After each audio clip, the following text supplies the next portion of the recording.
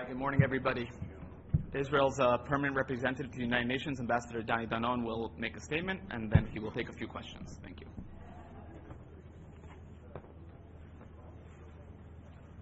Good morning.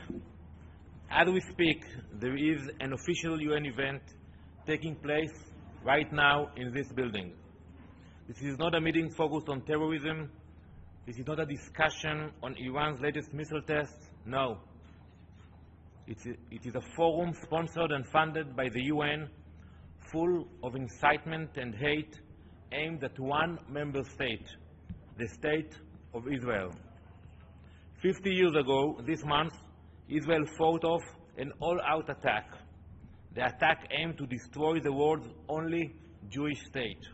But after 6 days of hard-fought battle, we returned to our holiest sites in Jerusalem and reunited our divided capital.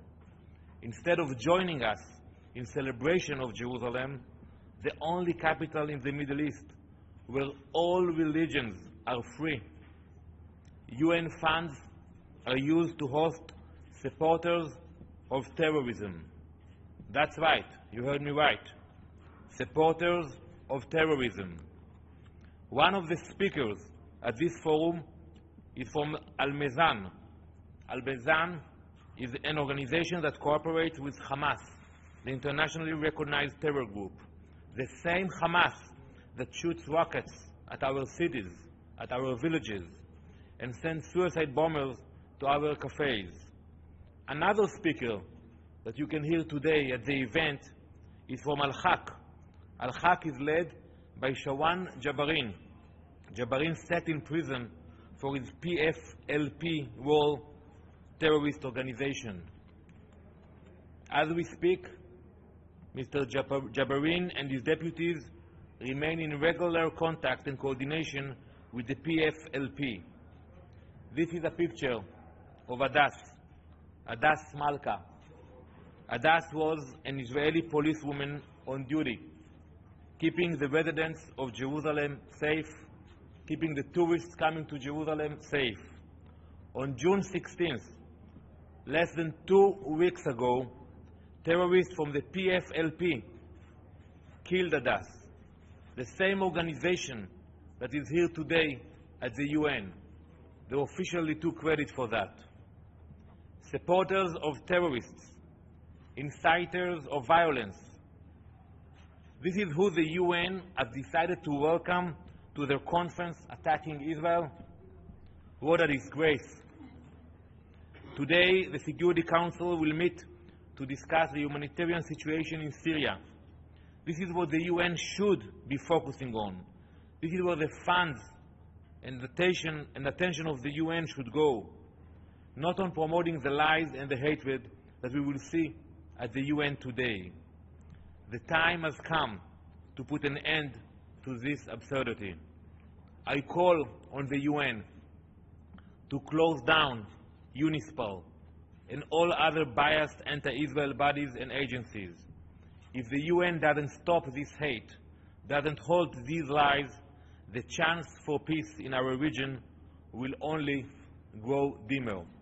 Thank you.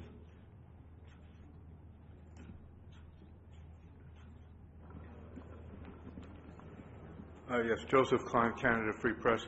Could you comment on reports of Iran-backed militia, Hezbollah in particular, getting closer and closer to the Israeli border in their operations in Syria, and whether Israel intends to bring that matter to the attention of the Security Council? Thank you. Iran is supporting terrorism in the entire Middle East, in Lebanon in particular. I was in Israel with Ambassador Haley a few weeks ago, and we actually stood on the border with Lebanon, and we saw the Hezbollah outpost on the border.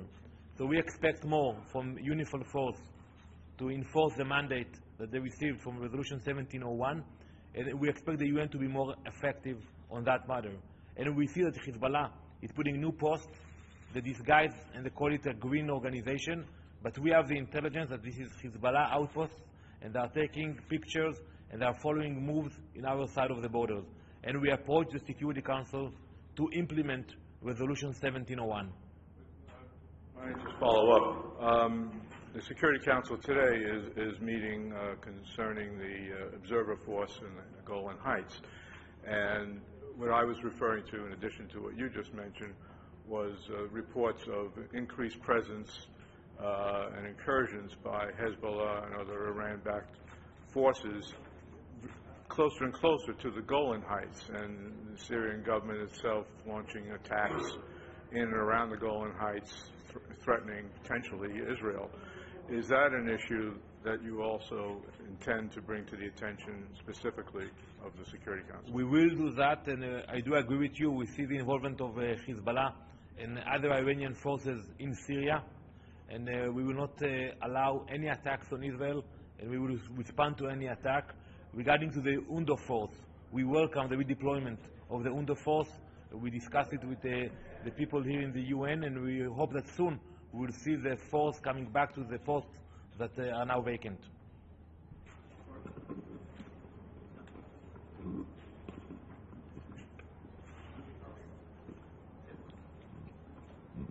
Please. Sure. Okay. Thanks a lot. I think you're referring to the Committee on the Inalienable Rights of the Palestinian People. I mean, how exactly would that work? What do you think the Secretary General or the General Assembly should do? And also, what's your current thinking on UNRWA? And there was recently a controversy about them retweeting a photograph that actually was not of Gaza. I don't know if you've seen that one, but that's my question. Well, first, we expect more from the UN. We expect the UN to respect its core values. And I think the fact that the UN is funding those entities and giving them $6 million a year, and look what they are doing with that money. They're flying supporters of terrorists, and they're sitting here in this building and incite against Israel. This is unacceptable. So we do expect more from the UN. Regarding UNRWA, UNRWA should deal with education and humanitarian support for the Palestinians, not with incitement against Israel. And unfortunately, we saw in the past many examples that they are incite against Israel. And the example that you gave with the picture, I think they apologized after that, but it's not the first time that they are using propaganda against Israel instead of supporting the Palestinian people. Thank you very much. Thank you.